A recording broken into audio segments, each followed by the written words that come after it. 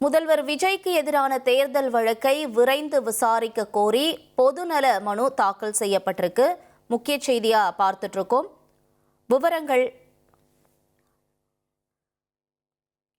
விவரங்களையும் நாம கேட்டு பெற வேண்டியிருக்கு நேயர்களே. ஏற்கனவே இந்த தேர்தல் வழக்குகள் நிலுவையில் இருக்கிறதுனால இடைத்தேர்தலுக்கு கூட நீதிமன்றம் இடைக்கால தடை விதிச்சிருக்கு.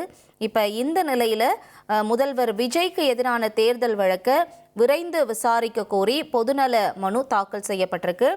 பொதுநல மனுவை விசாரணைக்கு ஏற்க உச்சநீதிமன்றம் மறுப்பு தெரிவிச்சிருக்கக்கூடிய இந்த முக்கிய செய்தியை நம்ம பார்க்கிறோம். எதனால், என்ன காரணத்தை உச்சநீதிமன்றம் முன்வைத்திருக்கிறது என்ற தகவல்களோட செய்தியாளர் வெங்கடேசன் இணைந்திருக்கிறார். வெங்கடேசன், வணக்கம். நீதிமன்றம் மறுப்பு தெரிவித்ததற்கான காரணம் என்னவா சொல்லப்படுது?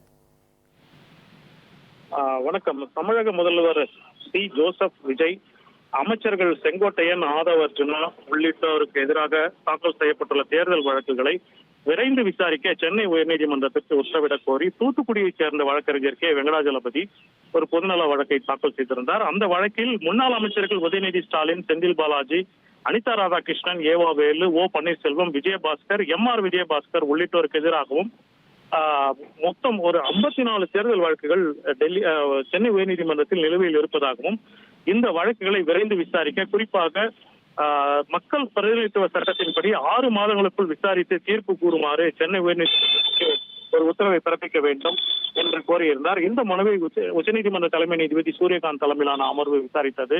மனுதாரர் சார்பில் DS நாயுடு ஆஜராகி இந்த வழக்குகளை பின்னணியை குறிப்பிட்டார். அப்போது நீதிபதிகள் தமிழகத்தில் மொத்தம் எத்தனை சட்டப்பேரவை தொகுதிகள் இருக்கின்றன என்று கேட்டனர். 234 தொகுதிகளில் இந்த 54 வழக்குகளும் தேர்தல் வழக்குகள் இருப்பதாக மனுதாரர் தரப்பில் தெரிவிக்கப்பட்டது. மேலும் ஒரு வாக்கு வித்தியாசத்தில் வெற்றி பெற்ற தேர்தல் வழக்கம் இந்த நிலுவையில் உள்ளது என்றும், கிட்டத்தட்ட இந்த 54 தேர்தல் வழக்குகளும் குறைவான அந்த தேர்தல் வாக்கு வித்தியாசத்தில் வெற்றி பெற்ற வழக்குகளாகவே இருப்பதாகவும் குறிப்பிட்டார்கள்.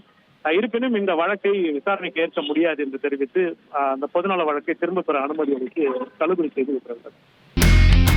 இனி செல்லும் இடமெல்லாம் செய்தி. தந்தை டிவியின் வாட்ஸ்அப் சேனலை ஃபாலோ பண்ணினா செல்ல இருக்கும் இடமெல்லாம் செய்தி.